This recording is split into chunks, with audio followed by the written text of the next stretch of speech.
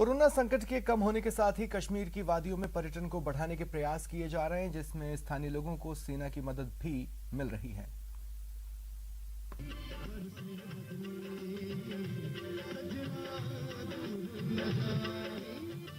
यहाँ गीत भी है, संगीत भी है, जवान भी है, पत्थर को पानी कर देने वाला उनका जोश भी है।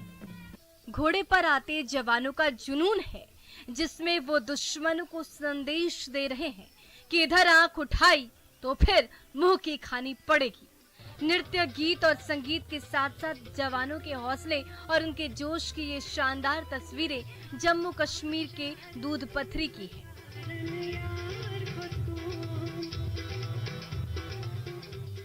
दूध पथरी में चिनार कॉर्प्स की ओर से दूध पथरी फेस्टिवल का आयोजन किया गया, जिसमें बड़ी संख्या में स्थानीय कलाकारों ने हिस्सा लिया। तकरीबन 30-35 मिनट के अंदर मुझे पूरा हिंदुस्तान यहाँ पे नजर आ गया। केरला, पंजाब, कश्मीर, सब एक जगह पर इकट्ठे होकर के यहाँ पर एक जो हमारे देश का निचोड़ है वो यहाँ पे नजर आया। दूध पथरी फेस्टिवल के आयोजन का मकसद स्थानीय कलाकारों को मंच प्रदान करना है, ताकि उनकी कला से पूरी दुनिया वाकिफ हो सके। साथ ही इलाके में पर्यटन को भी बढ़ावा मिले।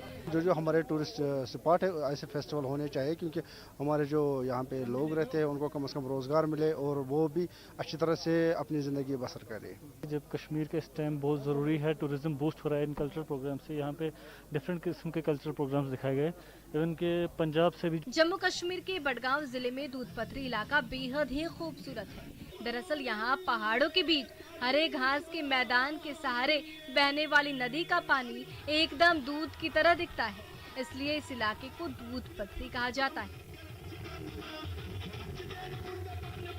Bureau report, news 18 network.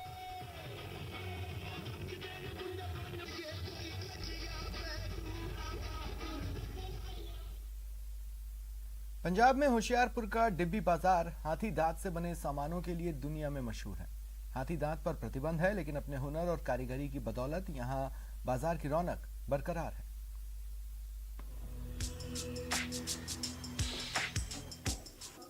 बेमिसाल कारीगरी का इससे बड़ा सबूत क्या होगा कि जो भी देखे देखते रहने को दिल करे, हाथ में उठा ले तो घर ले जाने के लिए दिल मचल उठे। पंजाब के होशियारपुर का डिब्बी बाजार अपनी इसी खासियत के लिए दुनिया भर में मशहूर है। पुरानी दुकान है, हम छोटे थे तब से देख रहे हैं इनको। आई थिंक होशियारपुर का हर बंदा जानता है इनको। लकड़ी के हाथी, घोड़े से लेकर तमाम तरह की चीजों पर जो नक्काशी की गई है, वैसी नक्काशी दुनिया में कहीं और देखने को नहीं मिलती। कहा जाता है कि ब्रिटिश जमाने में भी यहाँ के कारीगर लकड़ी के हाथी, घोड़े से लेकर तमाम तरह की चीजों पर हाथी दांत से नक्काशी करते थे, उन्हें सजाने का काम करते थे। ये फर्म 1880 से इस्टेब्लिश्ड है और हम 4th जनरेशन है। मैं I am 4th generation of my family. Bharat में हाथी दांत के इस्तेमाल पर प्रतिबंध है। इसका असर ये हुआ कि इन कारीगरों का धंधा मंदा पड़ गया, लेकिन यहाँ की कारीगरी का कमाल देखिए कि प्लास्टिक, फाइबर और दूसरे विकल्पों के जरिए इन्होंने बाजार में अपने काम और मांग को बनाए रखा। पहले हाथी दांत का होता था, धीरे धीरे फिर प्लास्टिक का हो गया है। हाथी दांत की बजाय दूसरे विकल्पों से नक्काशी की वजह से सामान की कीमत में भी गिरावट आई है। खरीदार भी कम हुए, लेकिन फिर भी उपहार देने और लेने के लिए होशियारपुर का डिब्बी बाजार खरीदारों की पहली पसंद है। Bureau report, news 18 network. नेता प्रतिपक्ष गुलाब चंद कटारिया ने उपचुनावों को लेकर न्यूज 18 से खास बातचीत की। कहा, दोनों सीटों पर 2-2 नाम भेजे हैं। इसके साथ ही जनता पार्टी पर कटारिया ने किसी भी चर्चा से इनकार किया। राजस्थान की 2 सीटों पर होने वाले उपचुनाव के नामांकन की तारीख नजदीक आ चुकी है। बावजूद इसके दोनों ही पार्टियों ने अपने प्रत्याशियों की घोषणा नहीं की है। बीजेपी में इसको लेकर किस प्रकार की रणनीति है, उसको लेकर बात करने के लिए हमारे साथ नेता प्रतिपक्ष और बीजेपी के वरिष्ठ नेता गुलाब चंद कटारिया साहब मौजूद है। सर, पार्टी ने अभी तक पत्ते नहीं खोले, क्या ये रणनीति है या कोई कश्मकश है?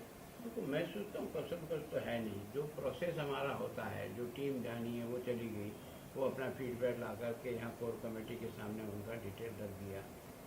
मैं सोचता हूँ हम सब लोगों की बात भी जिनसे होनी है वो हो गई है।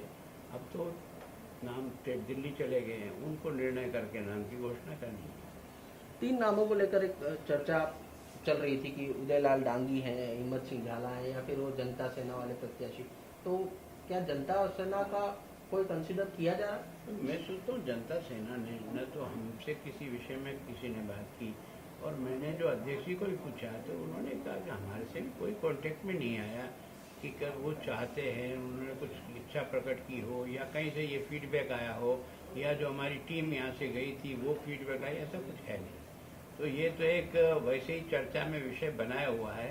मैं सोचता हूँ वो यहाँ घूम रहे होंगे तो वसुंधरा जी से मिले होंगे, इससे आप लोगों ने क्या लगाया होगा कि शायद वो भी हो। मेरे हिसाब से तो पार्टी के सामने तो ये विचार आया नहीं।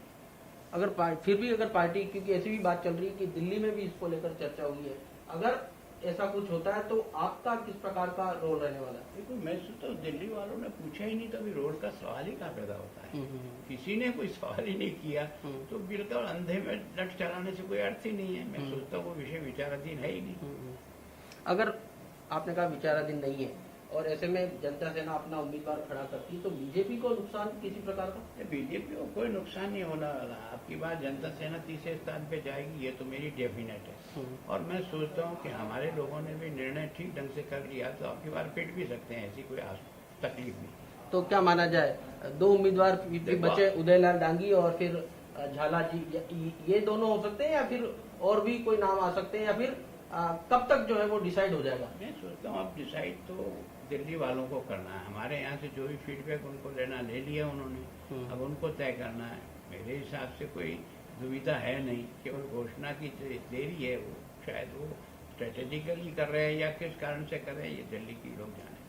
पार्टी ने एक नाम भेजा है या फिर और 2-3 नाम है या फिर नहीं? सामान्यतः यहाँ 2-3 नाम गए हैं। तो गरियाबंद में भी 2 नाम गए हैं।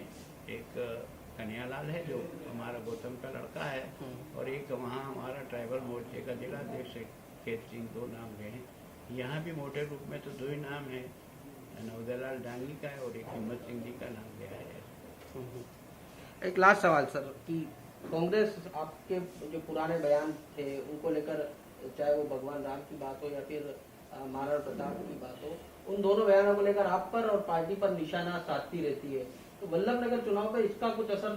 मैं सोचता हूँ जो उन्होंने पूरी ताकत राजसमंद में इसी नाम को लेकर के जो धूतक करना था कई दिनों तक करते रहे, लास्ट तक भी करते रहे।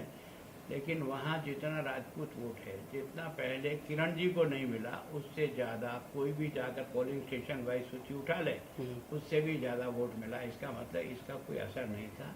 केवल कुछ लोग मेरे विरुद्ध हैं, उनको एक मौका मिल गया प्रचार करने का, वो किया है।